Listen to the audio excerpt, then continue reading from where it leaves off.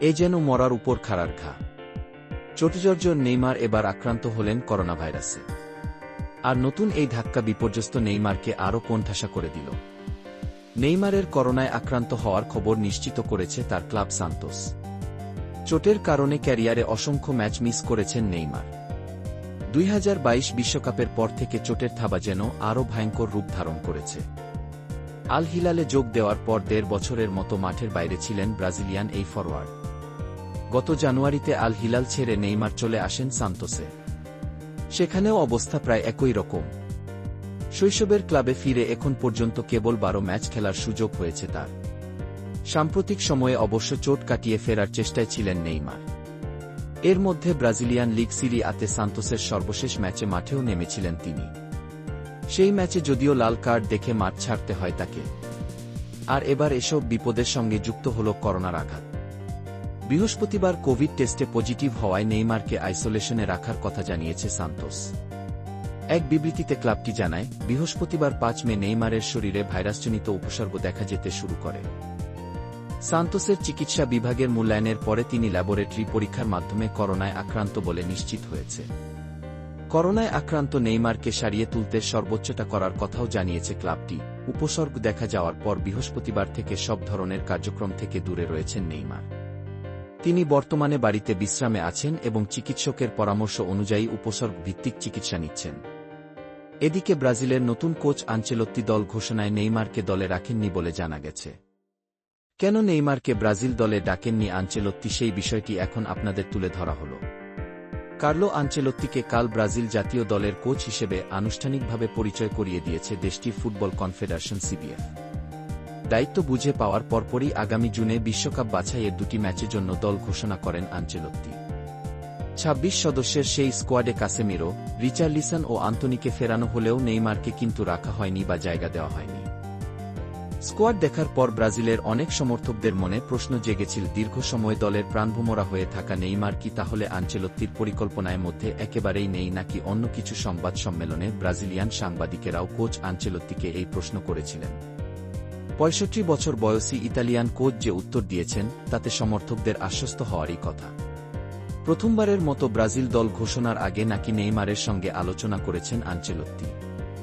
সান্তোসে ফেরা 33 বছর বয়সী ফরওয়ার্ডকে বিশ্বকাপের জন্য প্রস্তুত হওয়ারও তাগিদ দিয়েছেন। দল ঘোষণার পর আনচেলত্তি বলেন, আমি সেসব খেলোয়াড়দের দলে নেওয়ার চেষ্টা করেছি যারা এই মুহূর্তে শারীরিক দিক থেকে ভালো অবস্থায় আছে। নেইমারকে অবশ্যই বিবেচনায় রেখেছি, তবে আমরা তার সেরাটা দেখতে চাইছি। সবাই জানে নেইমার কতটা গুরুত্বপূর্ণ খেলোয়াড়। সে বিশ্বকাপে খেলার জন্য ব্রাজিলে ফিরেছে, প্রস্তুতিও নিচ্ছে। আমিও চাই সে বিশ্বকাপের জন্য প্রস্তুত থাকুক। বিষয়টি খোলাখুলিভাবে জানাতে আজ সকালেই আমি তার সঙ্গে কথা বলেছি। ব্রাজিল ইতিহাসের শীর্ষ গোলদাতা নেইমারকে সর্বশেষ জাতীয় দলের জার্সিতে দেখা গেছে 2023 সালের অক্টোবরে। উরুগুয়ের বিপক্ষে সেই ম্যাচে মিডফিল্ডার নিকোলাস দে লা ক্রুজের সঙ্গে বল দখলের লড়াইয়ের সময় হাঁটুতে আঘাত পেয়ে লিগামেন্ট ছিঁড়ে যায়। এতে লম্বা সময়ের জন্য মাঠের বাইরে ছিটকে যান। সেরে ওঠার পর ক্লাব ফুটবলে খেলতে গিয়ে আরও কয়েকবার চোটে পড়েন। সম্প্রতি আবারও খেলায় ফিরলেও তাকে দেখে শতভাগ ফিট মনে হয়নি। নেইমারের মতো কাসেমিরো ও রিচার্লিসনকেও 2023 সালের অক্টোবরের পর আর ব্রাজিলের জার্সিতে দেখা যায়নি। তবে এ দুজনের না থাকার কারণ চোট নয়, বরং আনচেলত্তির আগের কোচেরা তাদের দল থেকে বাদ দিয়েছিলেন। তবে আনচেলত্তি ব্রাজিল অধ্যায়ের শুরুতেই তাদের ডেকেছেন। এর মধ্য দিয়ে 1.5 বছরের বেশি সময় পর তারা জাতীয় দলে ফিরলেন।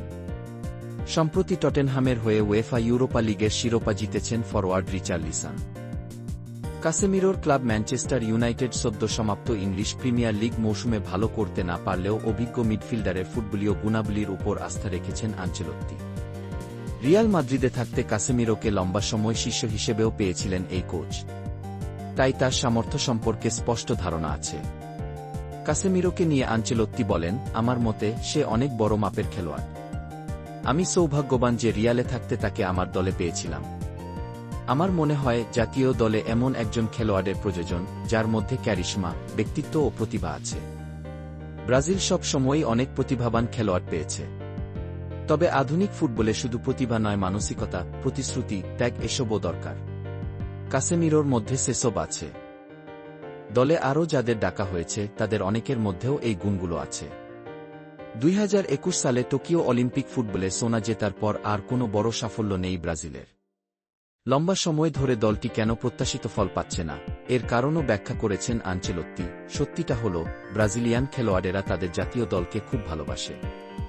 এটা তাদের স্বাভাবিক চিন্তাভাবনাকে প্রভাবিত করতে পারে। এ কারণে তারা কখনো কখনো ভালো খেলতে গিয়ে অনেক বেশি চাপ অনুভব করে। এই চাপই তাদের ভালো পারফর্ম করার পথে বাধা সৃষ্টি করে থাকতে পারে। ব্রাজিলের কোচ হিসেবে কার্লো আনচেলত্তির প্রথম অ্যাসাইনমেন্ট আগামী 5 জুন ইকুয়েডরের বিপক্ষে ম্যাচ। 10 জুন সেলেসাওরা খেলবে প্যারাগুয়ের বিপক্ষে।